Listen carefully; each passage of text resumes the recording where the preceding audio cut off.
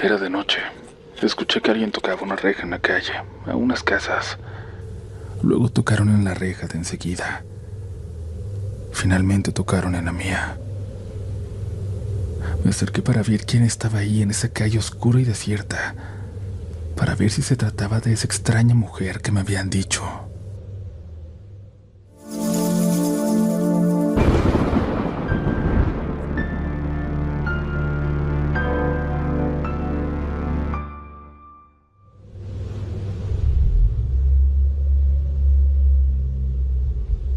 Comunidad, quédense hasta el final porque hay regalos para ustedes. No se vayan después de la última historia. Muy buenas noches, comunidad. Gracias por estar aquí una vez más, listos y listas para adentrarse en las historias que nos envía gente común, personas como ustedes o como yo, que un día cualquiera se cruzaron con algo que no se podían explicar, con ese lado muchas veces inquietante y aterrador de lo sobrenatural. Gracias por seguir formando parte de este proyecto, por confiar en nosotros para darle voz a sus relatos y mantenerlos vivos. Porque algún día ya no estaremos aquí la mayoría de los que hoy escuchamos, pero estas historias se quedarán grabadas para siempre, como un testimonio de lo que vivimos, de lo que sentimos, de que en algún momento estuvimos aquí. Así que es momento de apagar la luz y entrar juntos en las siguientes historias de relatos de la noche.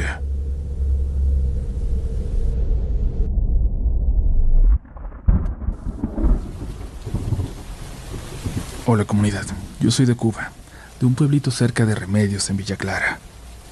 Ahora vivo aquí en Orlando, Florida, y la verdad extraño mucho como antes, cuando vivía en la isla, o incluso ya después en Miami. Siempre había gente con quien compartir historias como esta. Aquí mis amigos del trabajo son muy buenas personas, pero no es lo mismo. No tienen ese gusto por sentarse a oír algo así. Supongo que es parte del encanto latinoamericano. Esto que voy a contarles me pasó cuando era niño. Mi mamá estaba enferma y me mandaron a Zulueta, un pueblo vecino, a buscar unas medicinas que era muy difícil conseguir. Yo recuerdo muy bien cómo iba feliz en mi bicicleta, muy emocionado porque las había encontrado. Cuando ya de regreso, a la mitad del camino largo y solitario entre pueblo y pueblo, se me pinchó una llanta. Bajé, seguí empujando la bici, pero empezó a llover. No, a llover no. Aquello era como un huracán. Fue entonces que a lo lejos, como a unos 40 metros del camino, vi una casita vieja como abandonada. Y vi también que un perro grande, grandísimo, iba caminando hacia allá cojeando. En ese momento pensé en acercarme. Tal vez ahí podría esperar a que escampara. Toqué la puerta, pero nadie contestó. Empujé y estaba abierta. El perro estaba adentro, echado, mirándome. No gruñía ni movía la cola. Nada. Me voy a quedar contigo, perrito. Solo un ratito, en lo que pasa la tormenta, le dije. Había un catre de esos viejos con la lona hundida y un costal roto en el piso. El perro estaba sobre el catre, así que yo me senté en el costal, cuidando la bolsa de papel donde llevaba las medicinas. No podían mojarse por ninguna razón. Eran para mi mamá. Eran muy importantes. Con el cansancio de tanto haber pedaleado me recosté y casi me quedé dormido, arrullado, porque afuera la lluvia no paraba. Y de pronto escuché algo.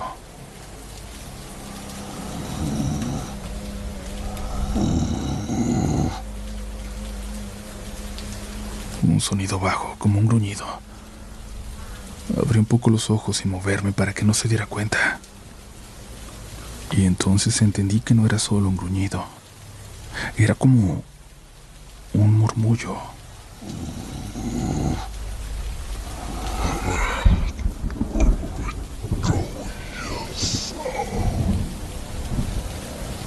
El perro se incorporó, pero lo que se levantó del catre no era un perro.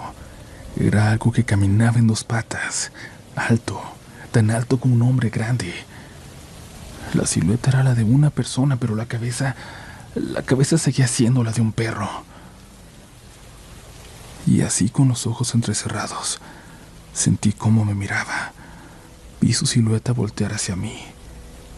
y sin hacer ruido salió por la puerta, hacia la oscuridad, hacia la lluvia. No sé cuánto tiempo pasó después de eso, pero cuando la lluvia bajó un poco, me quité la camisa para envolver la bolsa de papel de las medicinas, agarré la bicicleta para empujarla y eché a andar. En el camino fue que lo escuché.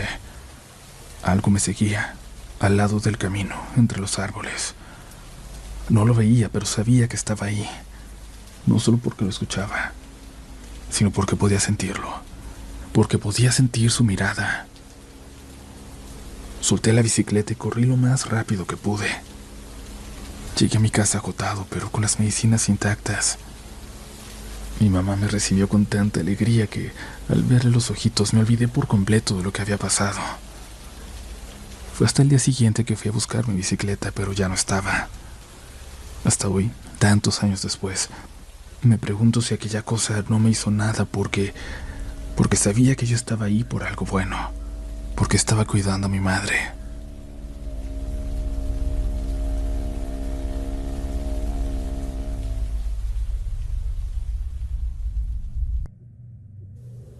Hola, soy Nazaret, aunque todos me llaman Naz.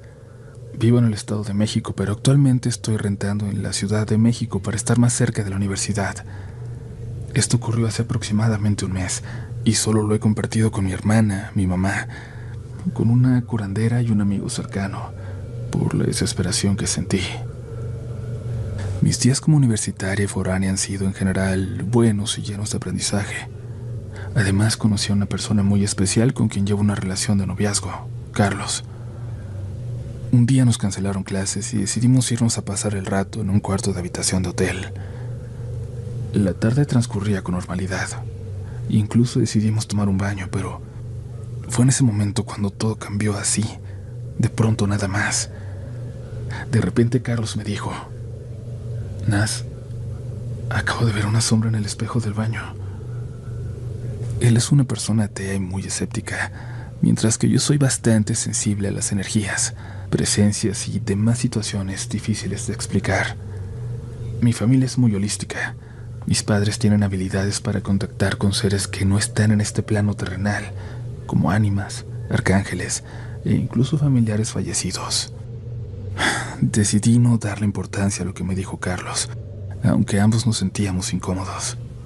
Comenzamos a recoger nuestras cosas para irnos, mientras platicábamos para calmar la tensión. De repente Carlos se quedó en silencio, con una expresión de miedo en su rostro, y me dijo: Naz, la verdad no sé si decírtelo, pero creo que hay manchas de sangre en el colchón. Inmediatamente retiré las sábanas. Lo que nos encontramos ahí fue aterrador. No eran solo manchitas de sangre. El colchón estaba cubierto de ella. Parecía vieja, seca, de un tono marrón oscuro, y el colchón también tenía varias puñaladas, como si alguien hubiera usado un cuchillo en ese lugar. La mayor concentración de sangre estaba justo en el área donde se encontraban las marcas. Era evidente que nadie había intentado limpiarlo, simplemente lo habían cubierto con sábanas para ocultarlo. La escena me horrorizó tanto que no pude evitar vomitar. Esa zona donde estuvimos es conocida como un punto rojo en la ciudad. De noche está lleno de trabajadoras sexuales, con hoteles baratos en varias calles. Cada esquina está vigilada por padrotes, quienes controlan el lugar. Por cuestiones de seguridad, tal vez, decidí tomar una foto de la habitación, del colchón, del entorno. Aquí fue donde las cosas se volvieron aún más extrañas. Recuerdo que fue tras tomar la foto que dejé mi celular en la mesa y corrí al baño a vomitar. Carlos me siguió para ayudarme, pero lo que pasó después nos dejó muy mal, confundidos. Decidimos apurarnos para irnos de ese lugar cuanto antes. Sin embargo, cuando busqué mi celular, no estaba donde lo había dejado. Parecía que alguien lo había tomado, pues recordaba claramente haberlo puesto en la mesa antes de correr al baño. Carlos intentó llamarme, pero en ese instante comenzaron a escucharse ruidos por todos lados, en el cuarto de al lado, en las tuberías, en la calle. Eran los ruidos normales, coches, ambulancias, gritos, pero de alguna forma en ese momento era tanto el ruido que no podíamos escuchar el timbre del celular por ningún lado. Revisamos desesperados, revisamos el colchón, quitamos las sábanas, buscamos incluso en el cesto de basura, pero el celular no aparecía. Entonces decidí mirar debajo del colchón. Al levantar un pedazo de sábana que estaba medio caer al suelo, ahí estaba mi celular. Pero ¿cómo llegó hasta ese lugar?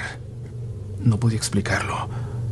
Lo más inquietante fue que en cuanto lo encontramos, sentí que todo el ruido cesó de golpe.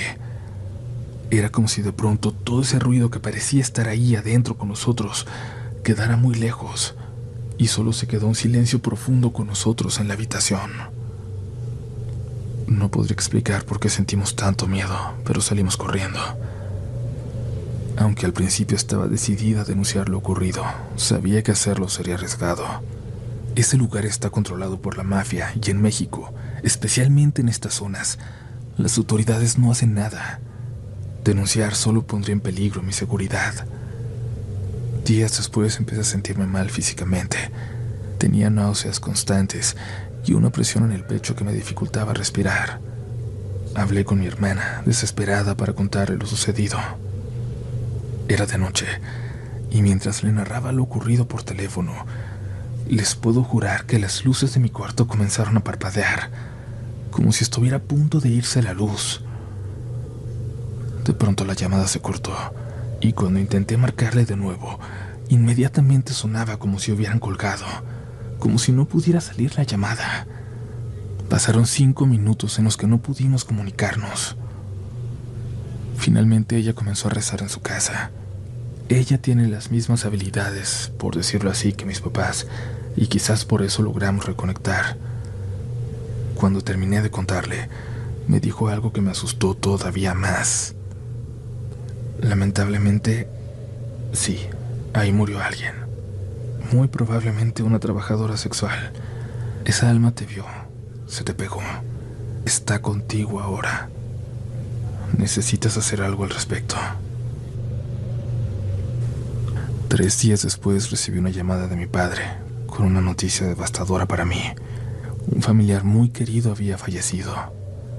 Alguien que era como una segunda madre para mí. Alguien que siempre estuvo cuando mis padres no podían cuidarme. Esa noticia me destrozó.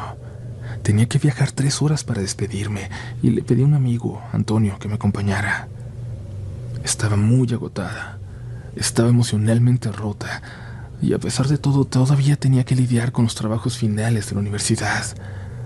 Mientras hablaba con Antonio, le confesé que desde hacía días sentía que alguien me seguía, que sentía que me tocaban en la espalda, que me jalaban el cabello de repente, una sensación constante y perturbadora.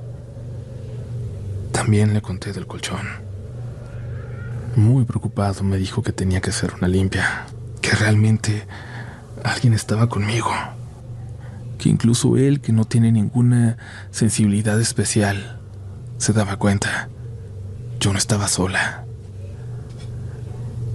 Intenté hacer una limpia yo sola, pasarme un huevo por el cuerpo, una práctica tradicional mexicana, pero evidentemente no funcionó. Mi hermana entonces me dio el contacto de una curandera que ella conocía por todo lo que he estado estudiando, una verdadera maestra en estos temas. Le llamé, le conté lo sucedido, todos los detalles. Y de nuevo, como cuando se lo conté a mi hermana, la llamada simplemente se cortó. Y cuando intentaba marcarle, mi teléfono parecía no tener señal, no servir. Simplemente no salía la llamada. Esta vez pasaron 15 minutos antes de que ella pudiera devolverme la llamada, cuando yo ya me había cansado de intentarlo. Cuando lo hizo, lo escuché diferente, agitada. Me dijo que había empezado a vomitar incontrolablemente y que se sentía muy enferma. Me preguntó si yo me había sentido así, y le confirmé que me sentía mal, aunque no a ese grado. Fue entonces cuando ella comprendió la gravedad del asunto. Voy a ser clara, Nes. Hay un alma dentro de ti, en pena. Es una mujer, probablemente alguien que se fue con mucha violencia. Tú estuviste en ese lugar, donde ella se quedó, y ahí comenzó a consumir tu energía, sin saber que está muerta. No busca hacerte daño, solo está desesperada, atrapada en una oscuridad que nosotros no podemos comprender. Lloré de miedo y desesperación. No sabía cómo manejar algo así. Como último recurso llamé a mi mamá, quien tiene experiencia en este tipo de situaciones. Ella me propuso hacer un ritual de limpieza a distancia. Preparé todo lo que me pidió: una veladora, un vaso de agua, una planta, incienso y algo que me hiciera sentir protegida. Elegí un cuarzo y un collar. Mi madre me aseguró que sabría qué hacer, que solo debía mantener la calma. Comencé a meditar, respirando profundamente. De pronto caí en una especie de sueño profundo. Sentí como algo pesado se desprendía de mi espalda, como si algo estuviera abandonando mi cuerpo. Dentro de ese sueño vi a una mujer sentada frente a mí. Intenté hablarle, y ella atenta me escuchó. No conozco tu historia ni por qué estás aquí. Quiero ayudarte a que tu alma encuentre la paz, pero este no es tu cuerpo. Este no es tu lugar. Desde el fondo de mi corazón, te pido que me dejes, por favor. Nunca vi su rostro, pero de alguna forma supe que fue un hombre quien le quitó la vida. De alguna forma supe que se llamaba Teresa y que estaba preocupada por su descendencia. Descendencia. Esa palabra quedó grabada en mi mente. Mientras mi madre trabajaba desde su hogar, contactando arcángeles para ayudarla, todo finalmente llegó a su fin. Cuando desperté, mi habitación se sentía en paz. El cansancio, las náuseas y el miedo finalmente se habían ido. Al recoger mis cosas sentí un abrazo cálido, como si alguien me estuviera agradeciendo, desde atrás de mí. Desde entonces siento que algo cambió dentro de mí. A muchos de los lugares a los que voy, termino escuchando susurros, sintiendo presencias que antes no notaba. ¿Fue un final bueno, uno malo, o simplemente un final? ¿Fue casualidad o destino estar en ese cuarto, en ese colchón? Lo dejo al criterio de quienes escuchan esta historia.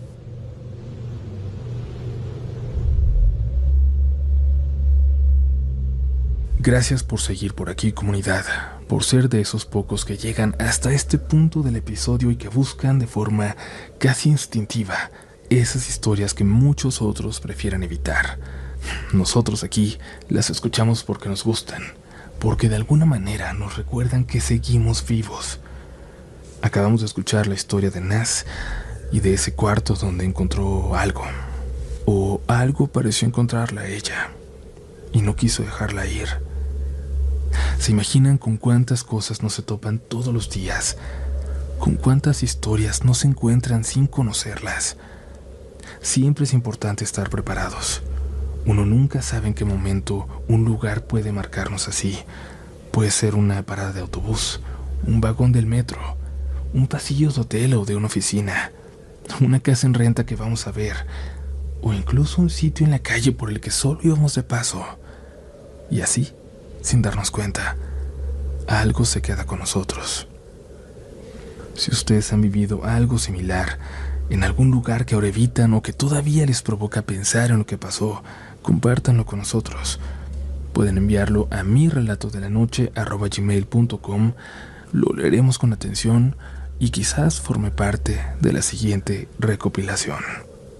Por ahora sigamos, que aún quedan más historias esta noche.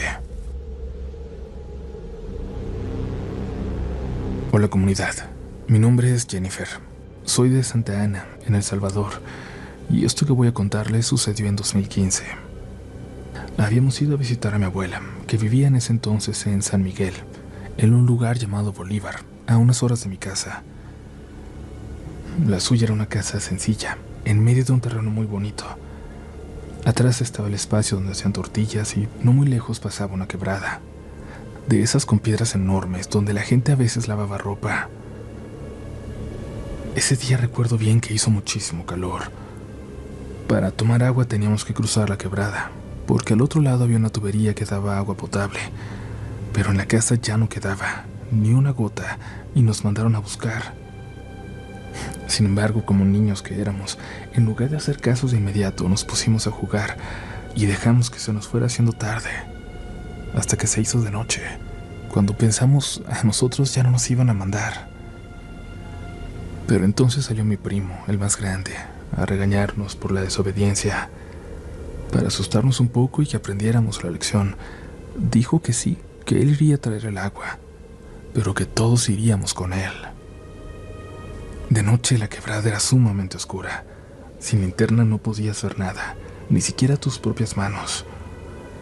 Nos agarramos todos de la mano y así avanzamos en la oscuridad. Mi primo llevaba unos cántaros grandes y así cruzamos.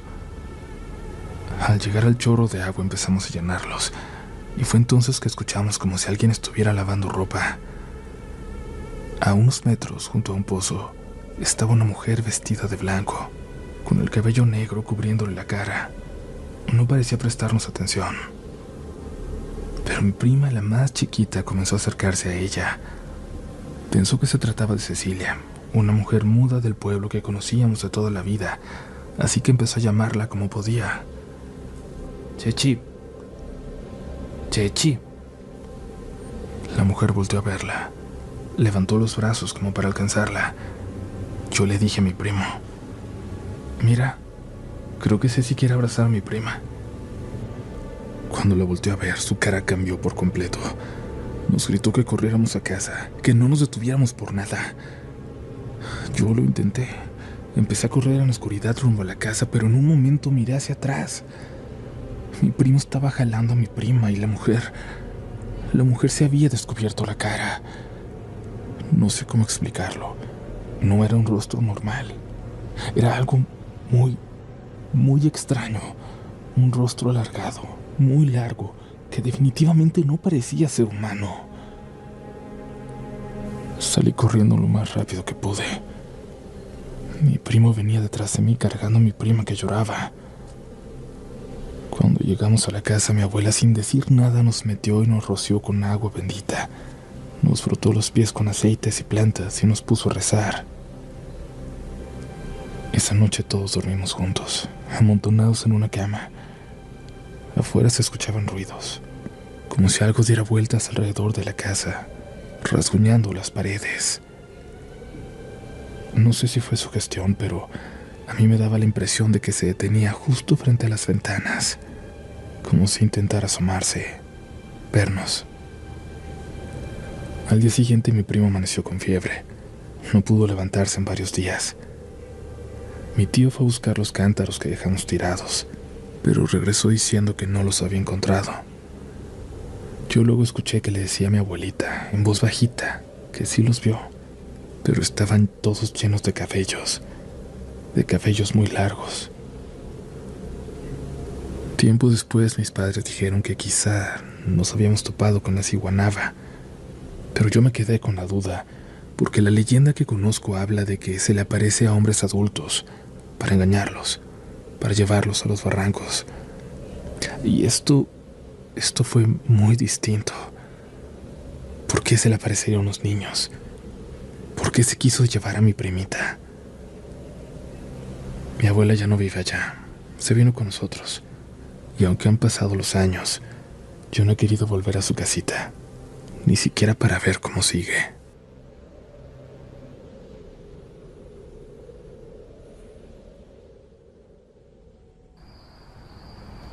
Hola comunidad, espero que estén muy bien. Es un gusto poder escribirles. Desde hace más de un mes me separé de mi pareja de varios años. Ahora vivo sola, en un barrio muy cercano a mi trabajo, en una calle tranquila. O al menos eso es lo que siempre me digo, para no pensar demasiado en lo oscura que se pone por las noches. Le digo tranquila por no decir que cuando cae la noche ya casi no se ve nadie y la calle queda desierta, como si a todo mundo le asustara salir. No hay casi alumbrado y, para ser sincera, sí me da miedo salir tarde.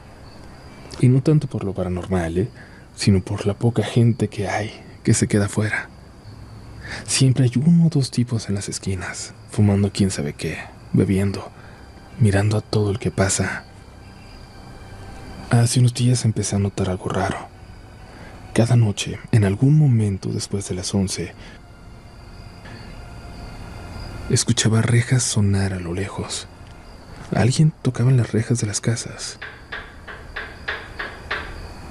Primero una, luego otra y otra, como si alguien fuera tocando casa por casa. A veces pasaba rápido, otras se quedaba más tiempo en una. No le di mucha importancia, pero sí anduve preguntando. En la tienda no me dijeron nada, solo que ellos ni siquiera vivían ahí. Luego le pregunté a la señora de al lado, que pareció no entender mi pregunta, hasta que una tarde la vecina de enfrente me contestó algo por fin. Es la viejita de las rejas. No te preocupes. Creo que está loca y pasa tocando todas las rejas de la calle. ¿Pero quién es?, le pregunté. Ella se encogió de hombros. No, nadie sabe. Nunca habla con nadie. Evitamos salir cuando ella anda fuera. Y eso deberías hacer tú también. No le hagas caso. Está loca y ya. No vayas a salir cuando anda tocando para que no te la vayas a topar. La primera vez que la vi fue por casualidad. Me levanté a tomar agua en la noche y al pasar junto a la ventana la alcancé a ver. Una mujer muy delgada, encorvada, con un abrigo viejo y el cabello largo y gris, caminando muy, muy despacio, tocando el timbre de la casa de al lado. No parecía ver a nadie, ni buscar respuesta. Solo tocaba como si eso le divirtiera. Con el tiempo empezó a tocar también mi reja, como si supiera que ya vivía alguien ahí.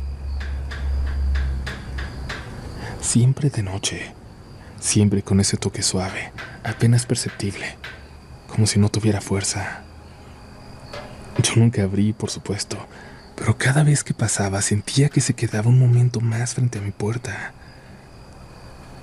La semana pasada hubo un apagón en la colonia. La calle quedó completamente a oscuras, o bien todavía más oscura que de costumbre. Eran casi las 11 cuando escuché el primer golpe en una cerca de reja unas casas más allá. Luego en la otra, más cerca. Y otra. Se venía acercando. Esta vez mi corazón empezó a latir muy fuerte. Cuando finalmente tocó mi reja me quedé inmóvil. La oscuridad me ganó y con mucho cuidado me acerqué a la mirilla de mi puerta. A 2 metros de la reja hacia la calle. Así de cerca estaba yo. Estaba ahí, ella, justo enfrente, su rostro apenas visible. La luz tenue de la calle apenas iluminaba su piel pálida y su cabello enmarañado. No sonrió, no hizo ningún gesto extraño, solo... No sé si me van a creer, pero solo dijo mi nombre. Alexa. Alexa. Lo susurró, pero con una claridad que me heló por dentro. Me alejé de la puerta intentando no hacer ruido.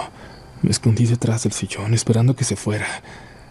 Pero entonces escuché su voz otra vez, más baja, casi pegada a la madera, como si se hubiera brincado la reja y estuviera detrás de la puerta. Al menos así la escuchaba. Ya sé que estás ahí.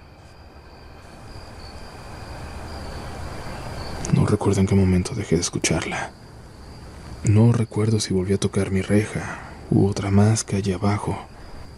Solo sé que pasé el resto de la noche sin moverme, mirando la puerta, esperando que no entrara.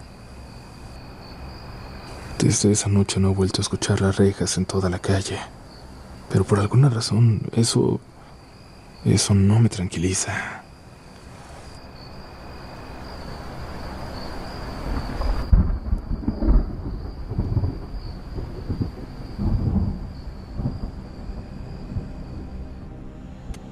Querida comunidad, gracias por haber llegado hasta este punto, porque solo para ustedes que han terminado este episodio tenemos 5 libros primera edición, firmados, dedicados a quien ustedes quieran, y se los vamos a enviar a su casa, así vivan en la Patagonia o en Budapest. Lo único que tienes que hacer para participar es dejarnos un comentario con la palabra comunidad. Puede ser lo que sea, puedes decir que eres parte de la comunidad, desde cuándo eres parte de ella o por qué es lo que te hace sentirte parte de esta familia. El único requisito para que tu comentario entre en el sorteo es que tenga esa palabra, comunidad, comunidad. Les dejamos pues, esperando que tengan una excelente semana y nos escuchamos muy pronto con más relatos de la noche.